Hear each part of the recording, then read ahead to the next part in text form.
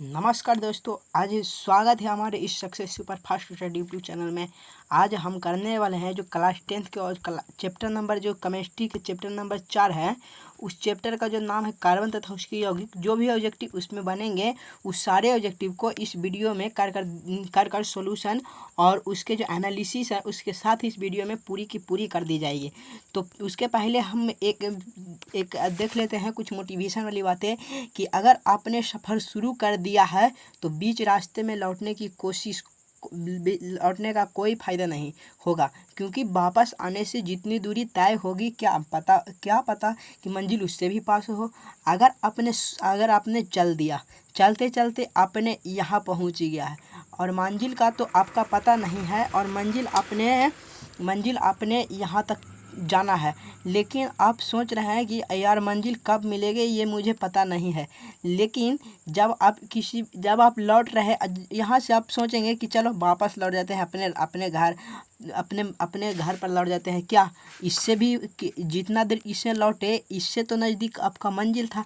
इसीलिए जब चल दिए हैं तो मंजिल में ये मत सोचिए कि हम कहाँ पर यह नहीं है, बल्कि उसे अचीवमेंट करने की कोशिश जितना है उससे और अचीवमेंट करने की कोशिश को बढ़ा देनी चाहिए। तो जो फर्स्ट नंबर ऑब्जेक्टिव के एथेन के आणविक सूत्र में एथेन का आणविक सूत्र दे दिया है C2H6 और C2H6 के 6 में जब इसको समायोजन करेंगे यानी तो C2H6 में तो पहले 2 कार्बन धर दो, 2 कार्बन के बीच एक बंध डाल दो। कहा एथेन है ये तो एकल बंध ही बनाएगा, ये बात तो पक्का है। जब एथेन होता है एक होता है एथीन, एथीन में 2 बंध होता है, एक होता है एथाइन में 3 बॉन्ड बनाता है। तो एथेन है इसीलिए 2 बॉन्ड ही बनाएगा, एक बॉन्ड ही बनाएगा, इसीलिए यहाँ पर और यहाँ पर हाइड्रोजन दे दो, फिर यहाँ पर एक दे दो, यहाँ पर एक दे दो, यहाँ पर एक, यहाँ पर एक। अब इसमें कह रहा है कुल अवंध की संख्या, तो इसमें अवंध जब जोड़ोगे तो ये हो जाएगा अवंधों की संख्या, तो ये हो जाएगा 1 2 3 4 5 6 और 1 7। तो टोटल कितने अवंध है? तो टोटल 7 अवंध है। इसीलिए जो ऑप्शन नंबर बी है वो इसका बिल्कुल सही आंसर है। कह रहा है ब्यूटेनोन जो होता है जिसको कहते हैं एनोन, और एनोन किसका प्रकारात्मक समूह होता है? कीटोन का। इसीलिए ऑप्शन नंबर 2 सही हो जाएगा। 3 नंबर है कि खाना बनाते समय यदि बर्तन की तली बाहर से काली हो जाता है, जैसे जब गैस पर एक बनाते हैं खाना, गैस पर एक हो गया कि गैस पर खाना बना रहे हैं और गैस पर किसी चीज़ को कुकर को चढ़ा करके हम खाना बना रहे हैं।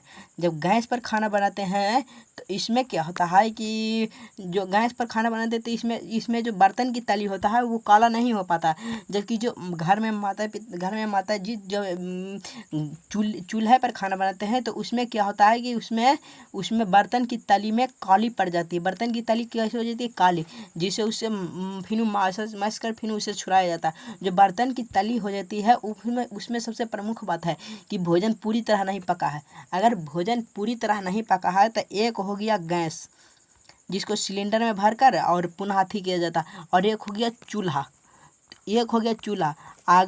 अगर भोजन पूरी तरह नहीं पका होता है तो भोजन जब पक जाता है तो गैस पर चढ़ाते क्यों? जब भोजन पूरी तरह नहीं पका होता है लेकिन गैस पर जब हम चढ़ाते हैं तो वह जो उसका जो तली होता है वो काला नहीं होता है। लेकिन अगर इसको चूल्हा पर चढ़ा दें तो ये बर्तन की जो तली होती है वो काली हो जाती है। इसका मतलब है कि ईंधन यहाँ पर नहीं जल रहा है, जबकि गैस में ईंधन पूरी तरह से जलता है। तो इसका जो सीधी सी बात निकलता है कि वो है कि ईंधन पूरी तरह से नहीं जल रहा होता है। जो सरलतम हाइड्रोकार्बन एक होता है इसका मीथेन का होता है CH4 और इसका होता है CH3 मेथ इथेन का होता है C2H6 होता है। इसका हो जाता है C3H8 हो जाता है, इसका हो जाता है C4H10 हो जाता है ब्यूटेन का। जब इसमें कह रहा है कि सरलतम हाइड्रोकार्बन, तो क्या सबसे सरलतम इसमें हाइड्रोकार्बन यही तो नजर आ रहा है, इसके अलावा दूसरा हाइड्रोकार्बन सरलतम है ही नहीं। और 4 ऑप्शन नंबर बता रहा है। 5वां क्वेश्चन है कि कार्बन और हाइड्रोजन, जब कार्बन जैसे यहाँ पर कार्बन ले लिए, यहाँ पर C2H6 ले लिए, जब इतना कार्बन और हाइड्रोजन का जो संयोग रहता है उसे कहते हैं हाइड्रोकार्बन। जो अम्लराज होता है वो किसका हाइड्रोक्लोरिक अम्ल और नाइट्रिक अम्ल, हाइड्रोक्लोरिक अम्ल और नाइट्रिक अम्ल का ये मिश्रण होता है, इसे अम्लराज कहते हैं। हाइड्रोजन ग्रुप जो होता है जो हाइड्रोजन ग्रुप होता है वो 12th में पढ़ना है हाइड्रोजन ग्रुप के बारे में। जैसे क्लोरीन हो गया, फ्लोरीन हो गया, नियॉन, इसमें जो होता है इसमें हाइड्रोजन ग्रुप होता है। आयनिक यौगिक एक होता है। आयन का मतलब हो गया कि प्लस माइनस में टूट जाना, आयनिक यौगिक कहलाता है। लेकिन यहाँ पर ये तो कह रहा है कि हाइड्रोजन और कार्बन के जब संयोग हो जाता है तो इसको कहते हैं क्या, हाइड्रोकार्बन कहते हैं। ऑप्शन 6 नंबर क्वेश्चन है कि वायुमंडल में कार्बन की उपस्थिति कितनी होती है, तो 0.06%। नाइट्रोजन की मात्रा जो होती है वो 78% होती है। ऑक्सीजन की मात्रा 21% होती है और 0.0 कितनी परसेंट बच गई, 0.97% में पूरी। और जो भी गैस होगी जैसे मीथेन हो गया, इथेन, इसमें रहता है गैस ऊष्मांक 0.97 में रहता है। सल्फ्यूरिक अम्ल का सूत्र जो होता है वो होता है H2SO4। सल्फ्यूरिक अम्ल का सूत्र होता है H2SO4। ऑप्शन नंबर 20 सही हो जाएगा। कार्बोक्सिलिक एसिड का जो समूह होता है, कार्बोक्सिलिक एसिड, एसिड जो कहते हैं वो किसे कहते हैं, तो एसिड माने अम्ल हो गया, एसिड माने अम्ल हो गया। ये हो गया जिसको कहते हैं COOH, इसको कहते हैं अम्ल। इसको क्या कहते हैं, इसको कहते हैं एल्डिहाइड, इसको हो गया कीटोन का। और ये इसको कहते हैं अमोनिया। कह रहा है इथोलिन में कार्बन के जो बीच इथोलिन जो होता है उसमें ईथ और इथोलिन जो होता है उसमें कार्बन के बीच दो बंध रहता है। एक होता है मीथेन, जो मीथेन होता है इसमें इथेन लग गया और इथेन में सिंगल कार्बन बॉन्ड रहता है। एक होता है मीथ और एक होता है इथीन, एक होता है एथीन, इसीलिए लिन लगा दिया, एथोलिन लगा दिया। तो इसमें जो होगा इसमें केवल 2 सिग्मा बॉन्ड होगा, इसमें और कोई बॉन्ड नहीं होगा। एथोलिन में कार्बन के बीच अबंधों की संख्या कितनी होती है, तो 2 सिग्मा होती है। ऑप्शन नंबर उसमें बिल्कुल इसमें 20 सही हो जाएगा। 10 नंबर क्वेश्चन है कि इथेन में कितने सहसंयोजन अबंध होते हैं। जो इथेन का सूत्र होता है CH4। और जब इथेन की बात करते हैं तो इसमें सहसंयोजन इसके पहले भी एनालिसिस करके बता चुके हैं कि 7 इसमें अबंध की संख्या होती है।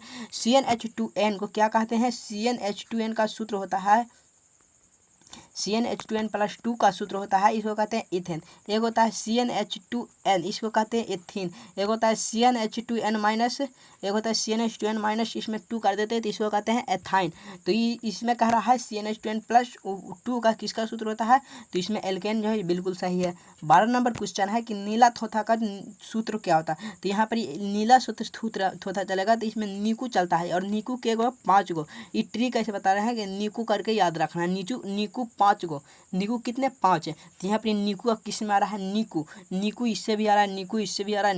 नीला से इसका फर्स्ट शब्द जोड़ देना, नीला वाला फर्स्ट जोड़ना, नीला वाला क्या जोड़ना, नीला वाला फर्स्ट जोड़ना।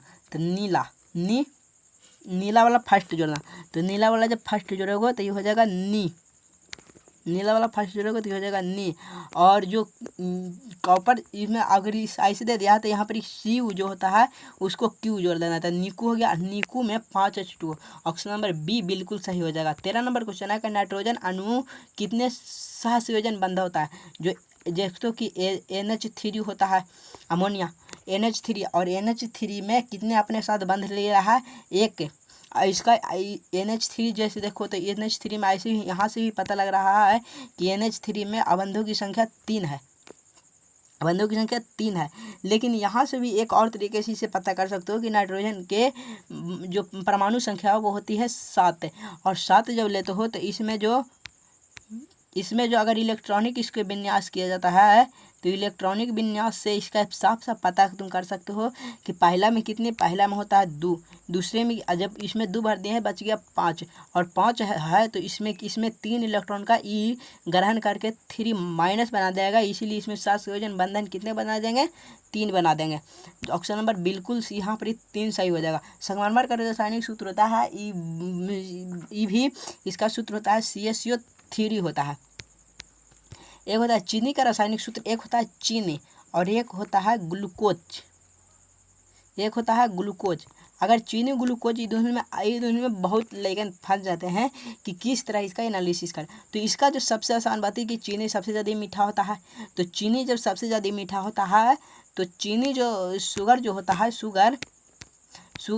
वो सबसे ज़्यादा मीठा होता है। तो एक लिख दिए चीनी और एक लिख दिए ग्लूकोज, चीनी सबसे ज़्यादा मीठा, इसीलिए जब चीनी सबसे ज़्यादा मीठा है तो इसमें कार्बन की संख्या सबसे ज़्यादा।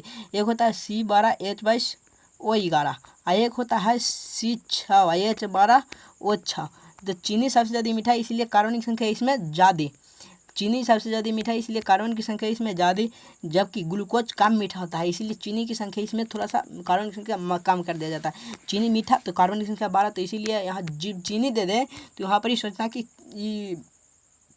यही दोनों में फंसेगा कि ई होगा कि ई होगा। तो चीनी जब दे तो चीनी सबसे ज़्यादा मीठा, इसलिए कार्बन की संख्या 12।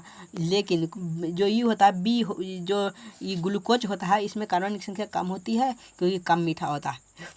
हालांकि ऐसा कारण नहीं है, लेकिन फिर भी इसके याद करने के लिए बता दिया। सोडियम कार्बोनेट, एक होता है सोडियम बाइकार्बोनेट। जो सोडियम बाइकार्बोनेट होता है उसको एस लिखते हैं NaHCO3, लेकिन सोडियम कार्बोनेट आ गए तो इसको सोडियम बाइकार्बोनेट कहते हैं। इसको कहते हैं NaCl, इसको सोडियम क्लोराइड कहते हैं। ये भी गया। जो Na2CO3 हो गया, Na2CO2 हो गया। ये तो जब इसके सोडियम के साथ है, सोडियम के जो साथ होता है वो Na2 होता है, लेकिन CO3 इस CO3 के होल 2 साथ चलता है इसके पास। तो जब CO3 रहता है तो वहीं पर ही होगा ऑप्शन नंबर इसका Na2CO3 को सोडियम कार्बोनेट कहते हैं। 17 नंबर क्वेश्चन है ये कार्बोनिल समूह। कार्बोनिल समूह को सूचित करते हैं। तो कार्बोनिल जो समूह होता है उसको कार्बोनिल समूह को किसके द्वारा सूचित करते हैं? तो वहाँ पर ये कार्बोनिल समूह को COOH इसके द्वारा सूचित कर देते हैं। कार्बोनिल समूह को COOH के द्वारा सूचित कर दिया जाता है।